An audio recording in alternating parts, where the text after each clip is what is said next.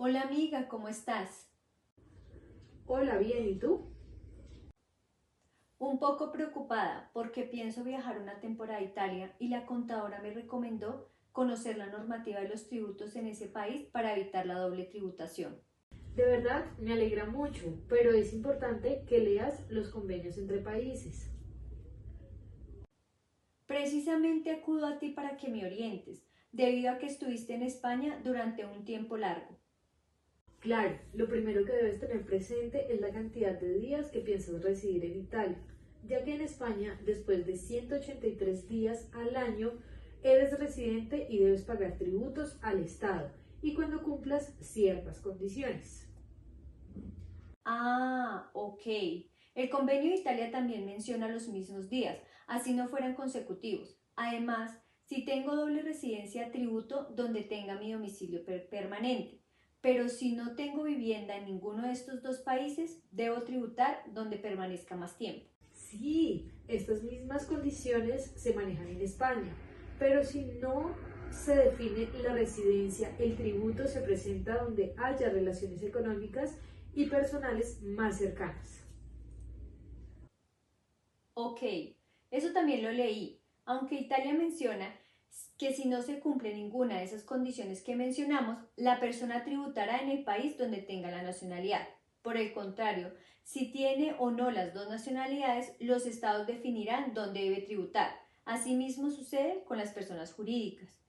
Adicional, se debe tener presente que si no se llega a un acuerdo, no hay lugar al convenio. Tienes razón. Por eso es importante tener claro que la residencia fiscal no solo define de cuánto tiempo pasas en un país, sino también de tus actividades económicas y vínculos personales. En cuanto a los beneficios empresariales, por otro lado, es fundamental reconocer los beneficios empresariales que tiene el convenio en cada uno de los países. Para el manejo de los ingresos de tus negocios, por ejemplo, en España la imposición se realiza en el país donde se tiene establecimiento permanente de la empresa. Pero si la empresa ejerce su actividad en otro país y también tiene un establecimiento permanente, las utilidades de la entidad se pueden someter a tributar en otro país. Sí, tienes razón. En mi lectura de Italia también decía eso. Pero además mencionaba que en las utilidades atribuibles se debe tener en cuenta las funciones desarrolladas, los activos utilizados y los riesgos que la entidad asume en el establecimiento permanente. Sin embargo, en España los beneficios de los establecimientos permanentes se determinan cada año bajo el mismo procedimiento, a no ser que existan motivos válidos para proceder de otra forma. Caro, tengo una duda. ¿Cómo se maneja el tema de los dividendos en España? Debido a que en Italia se debe tributar en el país de residencia donde se encuentra el establecimiento que paga los dividendos. Pero si resido en otro país, debo pagar el 5% del monto bruto si soy dueña directamente del 20% del capital de la entidad que paga dichos tributos. Este porcentaje también aplica si recibo dividendos de fondos de pensiones y para los demás casos es el 15%. Interesante.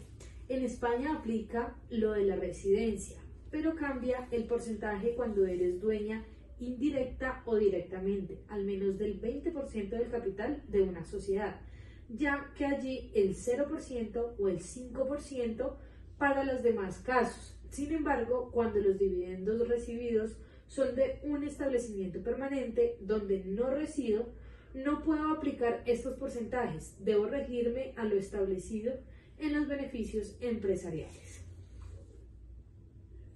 ¡Qué bien! Este último que mencionas es igual a Italia. Sin embargo, cuando hay utilidades que no han sido grabadas en el país donde se encuentra el establecimiento permanente, los tributos pueden ser sometidos a una tarifa que no exceda el 15% del monto bruto.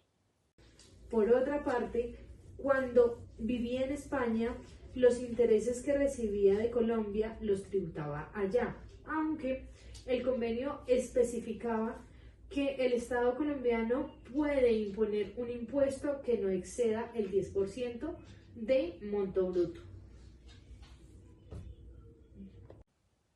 En cuanto al convenio de Italia, es parecida a la primera parte que mencionas, pero cambia el porcentaje, porque especifica que el 5% se aplica a un organismo creado por la ley o una agencia de financiamiento de exportación o de fondo de pensiones, y el 10% para los demás casos.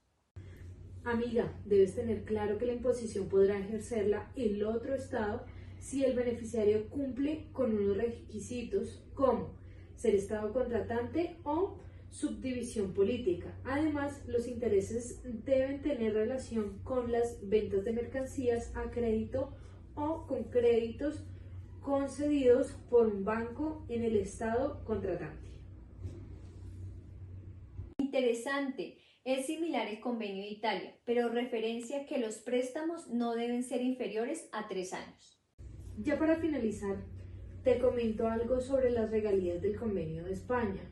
Si los cánones que vienen de un país y cuyo beneficiario es un residente en otro país pueden ser grabados en el país del beneficiario, aunque tributar en el país de origen, pero no deben ser mayor al 10% del importe bruto de esas regalías. Magnífico, lo mismo es en Italia según lo que leí en el convenio. Además decía que las regalías se consideran originarias del país si el deudor es un residente permanente. Pero si el deudor tiene un establecimiento permanente en otro país que soporta la carga fiscal de esas regalías, entonces se consideran procedentes del país donde está el establecimiento.